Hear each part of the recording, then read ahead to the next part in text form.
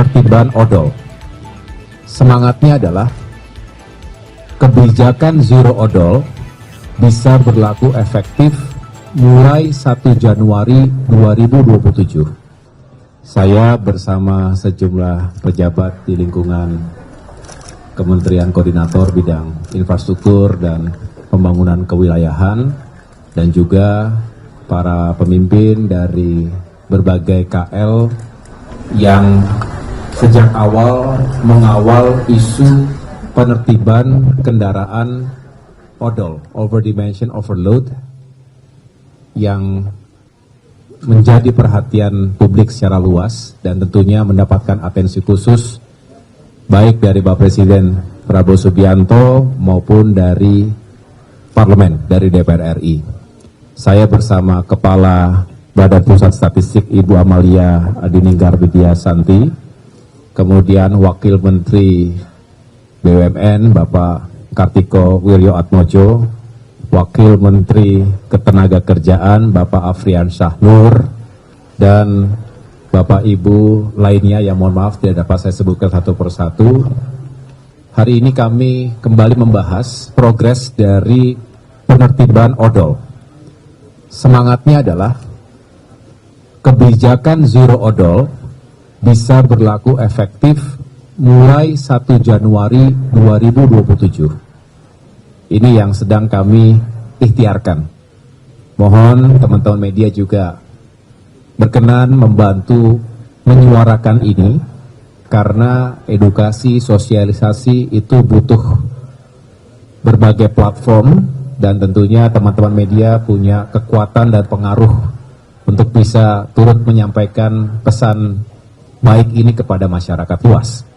Mengapa saya sampaikan ini perlu didukung? Karena realitasnya sudah sekian lama, bisa dikatakan belasan tahun, pemerintah, semua stakeholder berupaya untuk menghadirkan solusi yang lebih permanen. Bisa dikatakan seringkali menemui kebuntuan di sana-sini. Oleh karena itu, bismillah kami mencoba kembali mengikhtiarkan berbagai upaya, terutama melalui sinergi dan kolaborasi yang semakin efektif.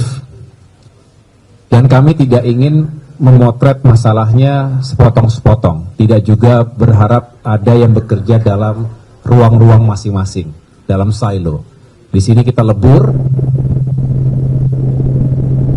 setiap KL pasti punya concern.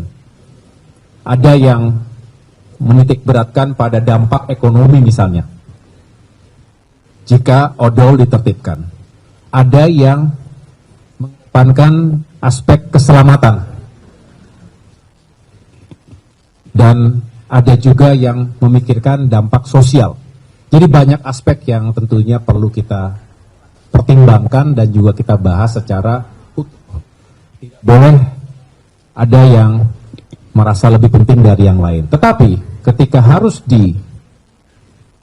diletakkan pada prioritasnya, tentu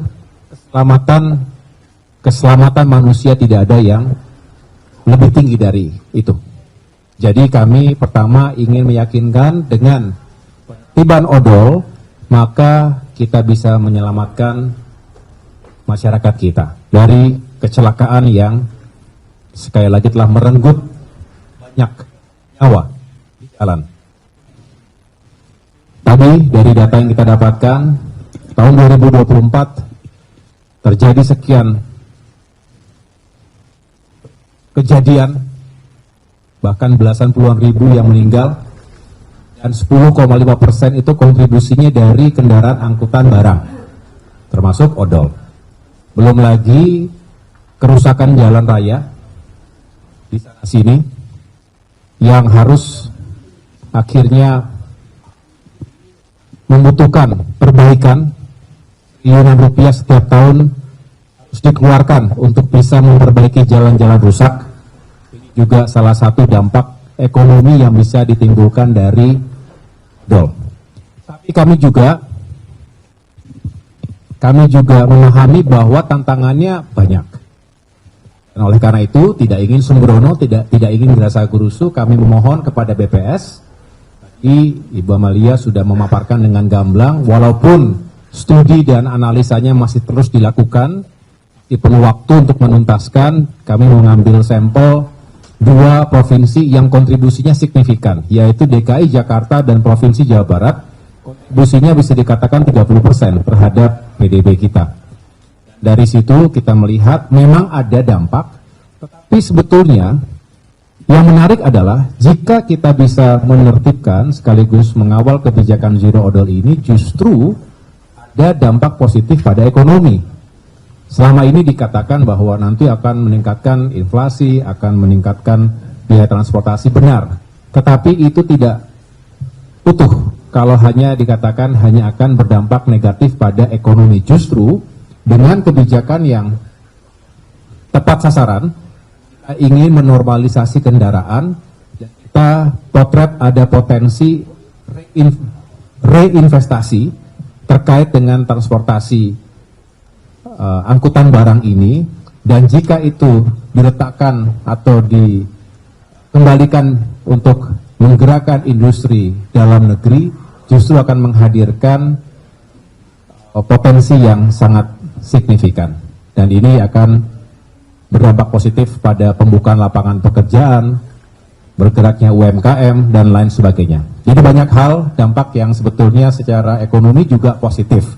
Secara sosial juga demikian, kita berharap ini juga bisa menghadirkan sesuatu yang positif, dan pada akhirnya kembali tadi kami bicarakan bagaimana harus ada insentif maupun disinsentif bagi siapapun yang menjalankan atau sebaliknya yang melanggar aturan yang nanti akan ditetapkan secara tegas dan berlaku untuk semua. Jadi law enforcement itu penting, tetapi tidak selalu kita kedepankan, karena yang pertama harus kita lakukan adalah sosialisasinya, edukasinya secara preventif, termasuk juga memberikan insentif dan disinsentif tadi, baru pada akhirnya ada law enforcement yang harus dilakukan.